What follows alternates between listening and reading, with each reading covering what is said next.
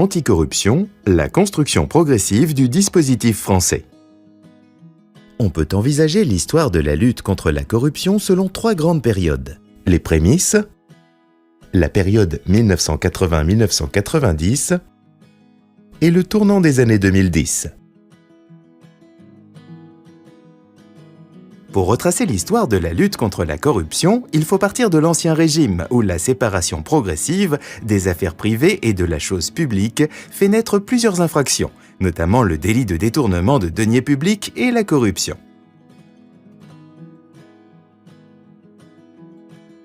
En 1789, la Déclaration des droits de l'homme et du citoyen reconnaît à la société le droit de demander compte à tout agent public de son administration. En 1810, la rédaction du Code pénal intègre plusieurs articles sur la corruption, dont la première forme de prise illégale d'intérêt. Dans cette première étape, le dispositif français anticorruption s'est donc principalement construit autour de l'action de la justice. La lutte contre la corruption connaît des avancées décisives à partir de 1980, en réaction à des scandales politico-financiers.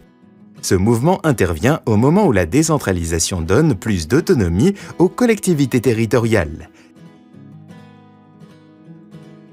Il reflète également l'impulsion donnée par plusieurs organisations internationales comme les Nations Unies. 1982, la loi relative aux droits et libertés des communes, des départements et des régions marque le début de la décentralisation. Elle crée les chambres régionales des comptes qui examinent la gestion des collectivités locales. La loi du 13 juillet 1983 portant droits et obligations des fonctionnaires leur interdit de prendre des intérêts dans une entreprise soumise au contrôle de leur administration.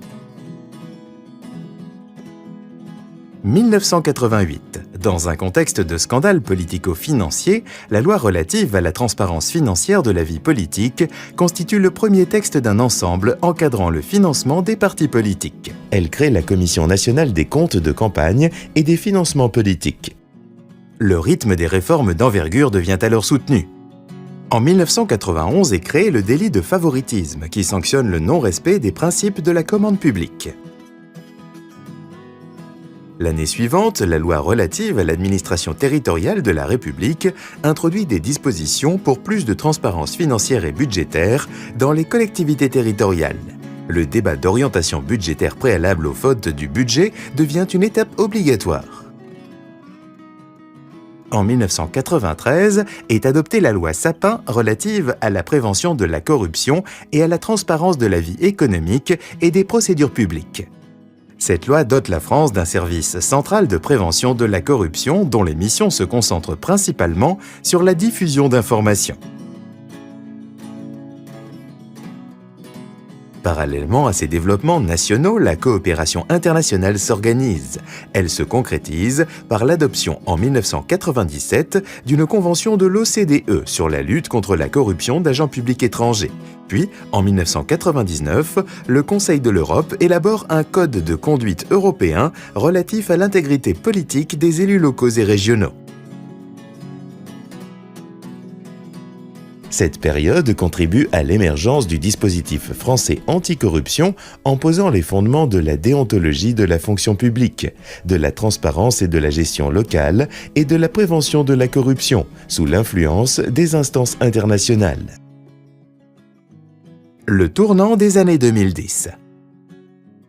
Il faut attendre les années 2010 pour connaître de nouvelles avancées significatives. De 2013 à 2017, plusieurs lois vont mettre en place des outils opérationnels pour lutter contre la corruption et promouvoir la transparence de la vie publique. La loi du 11 octobre 2013 instaure la Haute Autorité pour la transparence de la vie publique, HATVP, qui assure la prévention des conflits d'intérêts des élus et hauts fonctionnaires en contrôlant, pour certains d'entre eux, leurs déclarations d'intérêts et de patrimoine. En 2013, le législateur institue le Parquet national financier et l'Office central de lutte contre la corruption et les infractions financières et fiscales, chargé de mener des enquêtes sur les faits de corruption les plus complexes. Du côté des collectivités, la loi NOTRe du 7 août 2015 renforce les obligations de transparence budgétaire et financière des collectivités territoriales. La même année, la charte de l'élu local est intégrée au Code général des collectivités territoriales. La charte définit les principes déontologiques encadrant l'exercice du mandat des élus. Elle est lue lors de l'installation d'une nouvelle assemblée délibérante et remise à chaque conseiller.